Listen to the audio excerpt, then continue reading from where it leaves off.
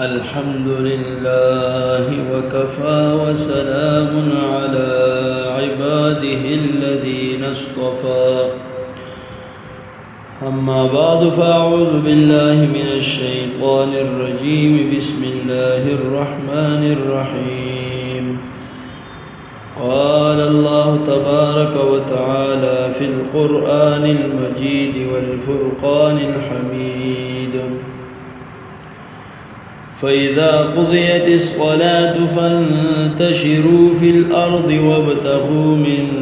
فضل الله واذكروا الله كثيرا لعلكم تفلحون وقال تعالى يا أيها الناس كلوا مما في الأرض حلالا طيبا ولا تتبعوا خطوات الشيطان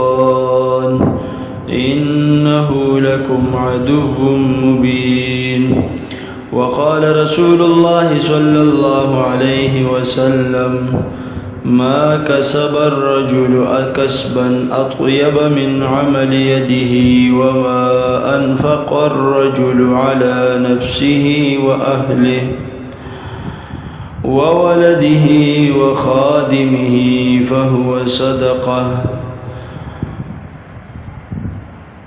أو كما قال النبي صلى الله عليه وسلم صدق الله العظيم وصدق رسوله النبي الكريم ونحن على ذلك لمن الشاهدين والشاكرين والحمد لله رب العالمين اللهم صل على سيدنا ومولانا محمد وعلى آل محمد كما صليت على إبراهيم وعلى آل إبراهيم إنك حميد مجيد اللهم بارك على سيدنا محمد وعلى آل محمد كما باركت على إبراهيم وعلى آل إبراهيم إنك حميد مجيد محترم مسلمانان ورونو په قرآن کریم او حدیثو کې زی په زی د حلال خوراک اهمیت او ترغیب راغلی همدارنګه د حرام خوراک نه د بچ کېدو ډیر تاکید راغلی دغه وجه ده چې په حلال طریقې سره تجارت کول مال او دولت ګټل زراعت یا بل مزدوری کول د اسلام په نظر کې خالص دنیاداری نه ده بلکې دا هم د دین اسلام یو اهم حصہ او عظیم عبادت ده خو شرط دا دی چې په دې سره د انسان نیت صحیح وي او د شرعي حدود موافق وي یعنی که یو انسان دا کارونه په دې نیت سره کوي چې زه د سوال نه بچ شم د خپل ځان او نور خلکو واجبي حقوق ادا کم یا زما په دې کارونو سره نور مسلمانانو او ملک او ملت ته فائدہ ورسي او ورسره دا تجارت د شرعي حدود په دایره کې دننه وي نو په دې سره د دا کارونه هم عبادت جوړيږي او دا د لپاره د دنیا او آخرت د کامیابی ذریعہ جوړيږي محترم د اسلام حسن دار چې یو مسلمان د اسلامی اصول موافق کار کوي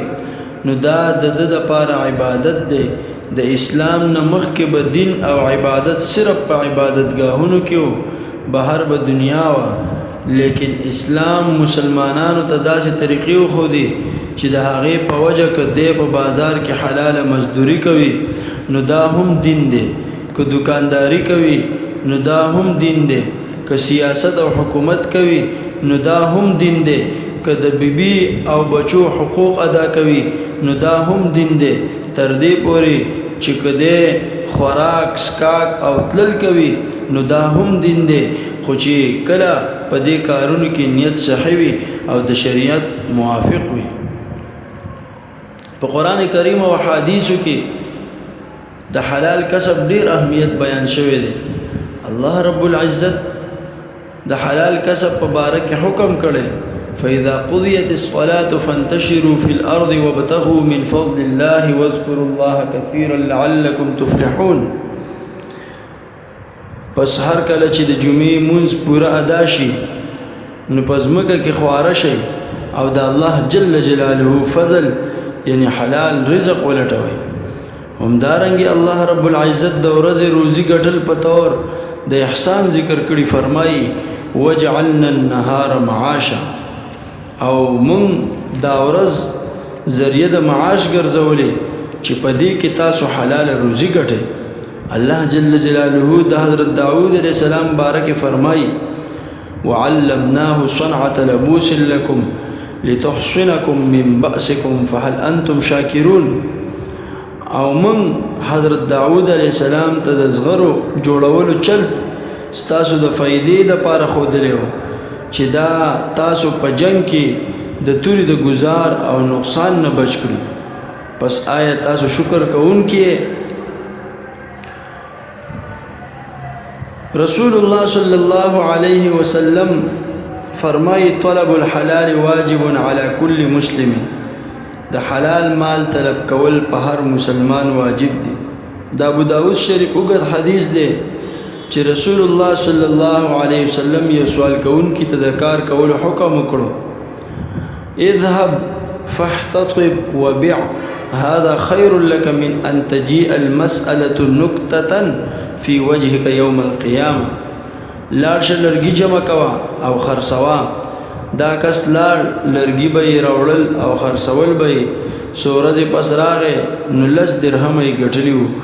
رسول الله صلی الله علیه وسلم ورته فرمایل دا ستاسو د پاره د دین ډیر بهتر دی چې دا سوال د قیامت په ورځ ستا په مخ باندې د ذلت داغ جوړ شوی ښکار شي. د بخاری او مسلم شریف حدیث ته رسول الله صلی الله علیه وسلم فرمایي لأن يحتطب أحدكم حزمة على ظهره خير له من أن يسأل أحدا فيعطيه أو يمنعه. پتاسو کې چې یو کس په خپل شا باندې د لرګو ګېډې راوړي دا د د لپاره د دین ډیر بهتر دی چې د یو چا نه سوال وکړي هغه به دته یا ورکړي او یا به منع کړي.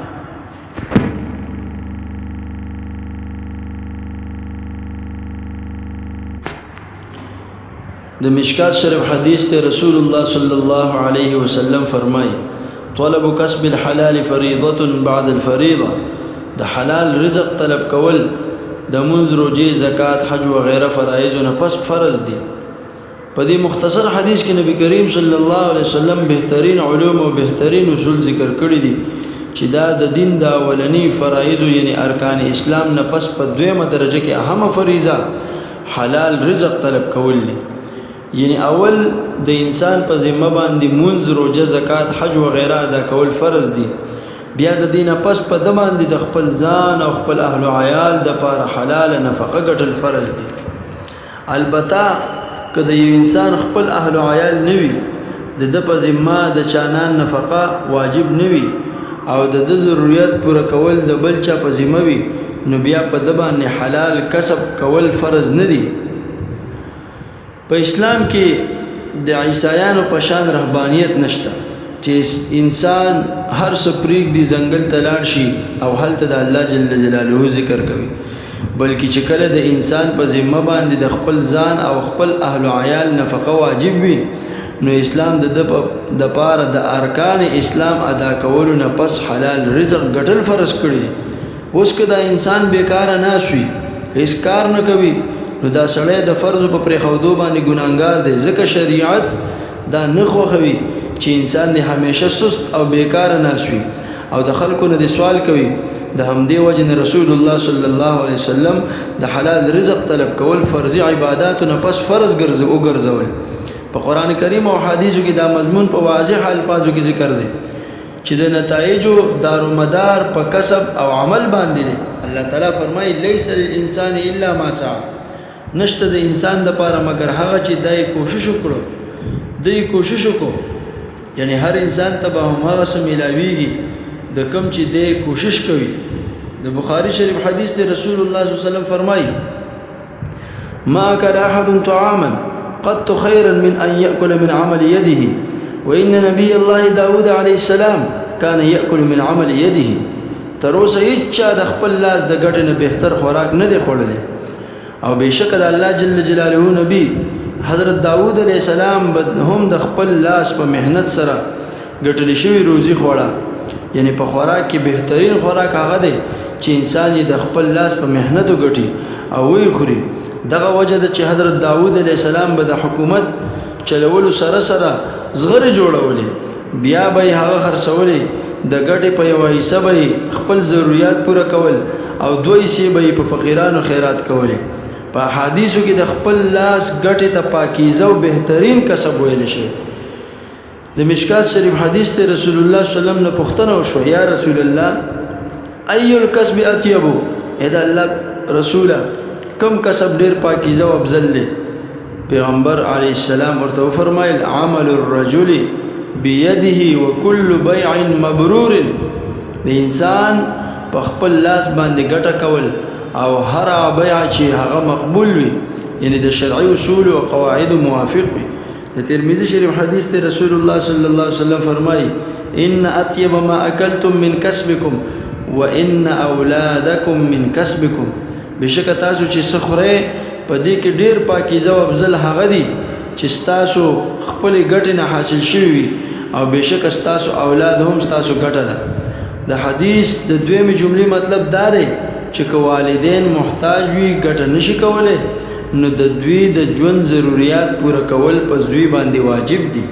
او د دوی ته د خپل اولاد ګټه خوړل جایز دي په تورات کې هم د حلال کسب او خپل لاس د ګټې ترغیب راغلی امام احمد بن حنبل رحمه الله په کتاب الزهد کې لیکلی دي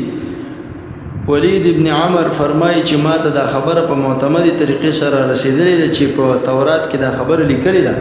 الله تعالی فرمایي ابن آدم حرك يديك افتح لك بابا من الرزق واطيعني فيما امرتك فما اعلمني بما يصلحك اے د آدم زویا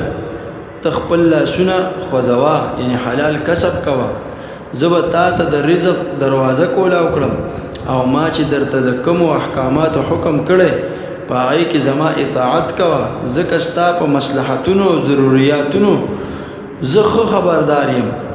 دا بدر لزه پوره کو رسول الله صلی الله علیه وسلم فرمای ان الله يحب المؤمن المحترف بشک الله جل جلاله په حلال طریقې سره کسب کوونکې مؤمن خو خوي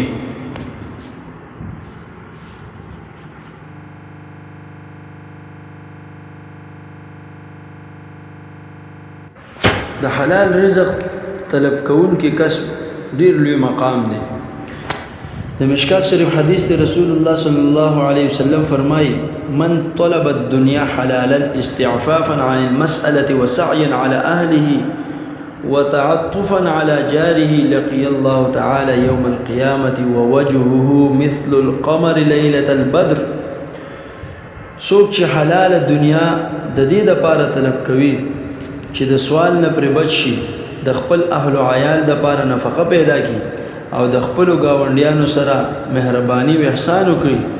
نو دا کسب د الله جل جلاله سره په داسې حالت کې مخامخ کیږي چې مخ به د سوار رسمي شپې د سپومې په شان روخانه وي په دې خبره ځان پوه کړئ چې که یو کس د خلکو د احتیاج نه د بچ کېدلو دپاره خپل ځان او خپل اهل و عیال دپاره حلال کسب کوي او حلال روزي ګټي نو دا هم جهاد فی سبیل الله دی او د ډیرو عباداتو نه بهتر دی رسول الله صلی الله علیه وسلم فرمایي من سعى على عياله من حله فهو كالمجاهد في سبيل الله ومن طلب الدنيا حلالا في عفاف كان في درجة الشهداء څوک چې د خپل اولاد د پاره د حلال رزق په ګټلو کې کوشش کوي نو دا داسې دي لکه د الله جل جلاله په لاره کې جهاد کوونکی کس او څوک چې د سوال نه د بچ کېدو د پاره حلال دنیا طلب کوي نو دی به د شهیدانو په درجه کې وي حضرت کعب بن عجره رضی الله تعالی عنہ فرمایي چې یو کس د نبی کریم صلی الله علیه وسلم باندې تیر شو کله چې د نبی کریم صلی الله علیه وسلم صحابه کرامو د قوت او چسوال ولید نو وی ویل یا رسول الله لو کان هذا فی سبیل الله اذا الله رسوله کچیرته دا کس د الله جل جلاله په لار کې نو څومره بخوا رسول الله صلی الله علیه وسلم فرمایل ان كان خرج يسعى على ولده صغارا فهو في سبيل الله وإن خرج يسعى على أبوين شيخين كبيرين فهو في سبيل الله وإن كان يسعى على نفسه يعفها فهو في سبيل الله وإن كان خرج رياء وتفاخرا فهو في سبيل الشيطان کچرته دا کس د دې د پاره راوته وي چې د خپل وړو بچو د پاره خوراک خواري وکړي یعنی حلال رزق ورلو غټي نو دا د الله جل جلاله په لار کې او کو دا د دې د پاره راوته وي چې د خپل بوډاګانو والدینو د پاره خواري وکړي نو بیا هم د الله جل جلاله په لار کې دی او کو د دې د پاره راوته وي چې د خپل ځان د پاره خواري کوي او خپل ځان د سوال نه بچ کوي نو بیا هم دا د الله جل جلاله په لار کې دی او کو دا راوته وي د ریا او فخر د پاره خواري کوي نو دا بیا د شیطان په لار کې دی